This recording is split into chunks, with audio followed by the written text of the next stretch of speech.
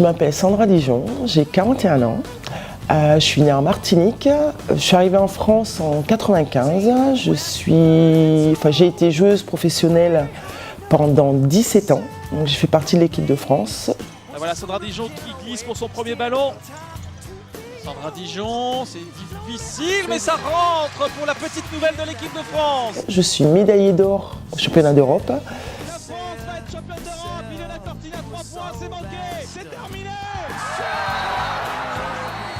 J'ai arrêté ma carrière le 13 février 2016, où j'évoluais à Mondeville. Je continue à jouer au basket en tant qu'amateur pour pouvoir m'entretenir parce que je prépare le championnat du monde 3-3 avec l'équipe de France à Nantes du 17 au 21 juin. Je m'appelle Émilie Picot, j'ai 25 ans et ça fait maintenant 3 ans que je suis joueuse de golf professionnelle et que je m'entraîne sur le superbe golf Barrière de Deauville. Je prépare la saison qui va commencer fin mars de cette année avec terre blanche et ensuite ce sera les Açores, donc un peu, je vais voyager un peu partout, donc que du bonheur, quoi.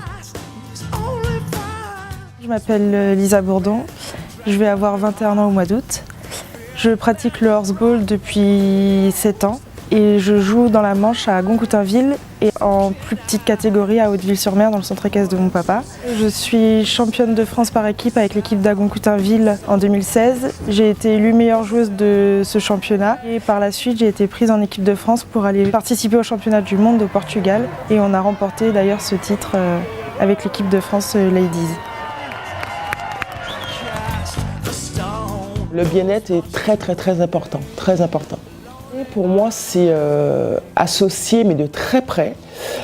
Toutes les femmes ont besoin aussi, peu importe ce qu'elles ont comme métier ou ce qu'elles font, je pense que c'est une bonne chose qu'elles fassent du sport. Déjà pour s'entretenir et puis pour évacuer. Par exemple, quand on est en stress ou quand on n'est pas bien, pour moi, je me libère dans le sport, je me change les idées en pratiquant mon sport ou un autre. Je considère qu'on arrive à avoir des performances à partir du moment où le corps est bien, donc bien-être. Quand on est chef d'entreprise, on est soumis, on va dire ça, à beaucoup de contraintes parce qu'on a des choses à respecter, on doit gérer une équipe, on a beaucoup de choses à penser. Et le fait de faire du sport, c'est quand même un échappatoire. Moi, je vois ça comme ça. Là, je travaille au comité, pareil. Et j'ai ce besoin-là d'aller me défouler, de plus penser au boulot. Quand j'arrive sur un terrain, c'est vraiment, voilà, je pense à moi, à mon corps, à m'entretenir. Et c'est très important parce qu'en tant que femme, on a besoin justement de s'évader un peu de la routine, quoi, de la vie au quotidien. Et je pense que oui, faire un sport à côté, c'est une bonne chose. Et j'ai toujours voulu toucher à tous les sports et le virus m'est tombé dessus, mais il m'a jamais quittée. J'ai fait du judo, j'ai fait du tennis, j'ai fait de la natation, j'ai fait de la danse, j'ai fait du volley, du hand, de l'athlétisme.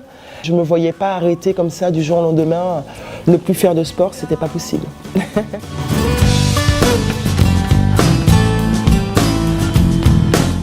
Bien sûr, quand on monte une entreprise, déjà c'est un projet, comme une carrière, c'est un projet, c'est quelque chose qu'on choisit. Être joueuse de golf professionnelle, c'est totalement gérer sa propre entreprise.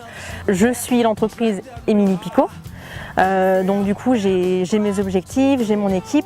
Donc moi mes objectifs, c'est tout simplement d'être dans le top 5 des meilleures joueuses européennes du Let Access. Et pour arriver à cet objectif-là, il me faut tout simplement la bonne équipe, qui sera l'équipe qui va réussir à m'offrir la possibilité d'atteindre ces performances, mes meilleures performances. Notion entreprise, femme sportive, même femme, est très liée parce que de la même façon qu'on se bat dans un match, pour faire vivre l'entreprise, il faut se battre au quotidien. Aller chercher des clientes, voir les fournisseurs, c'est des déplacements, c'est exactement la même chose. Quand on est en compétition, il y a les déplacements, voir d'autres concurrentes, entre parenthèses.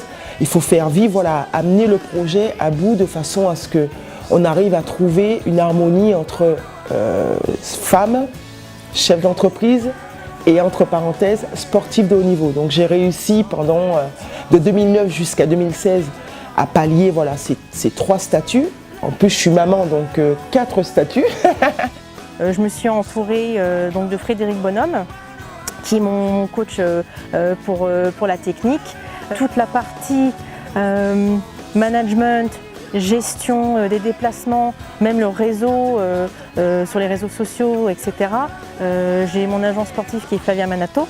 En principe, une femme, quand elle sait ce qu'elle veut, elle se donne les moyens de l'avoir. Et c'est ce que j'ai fait jusqu'à maintenant.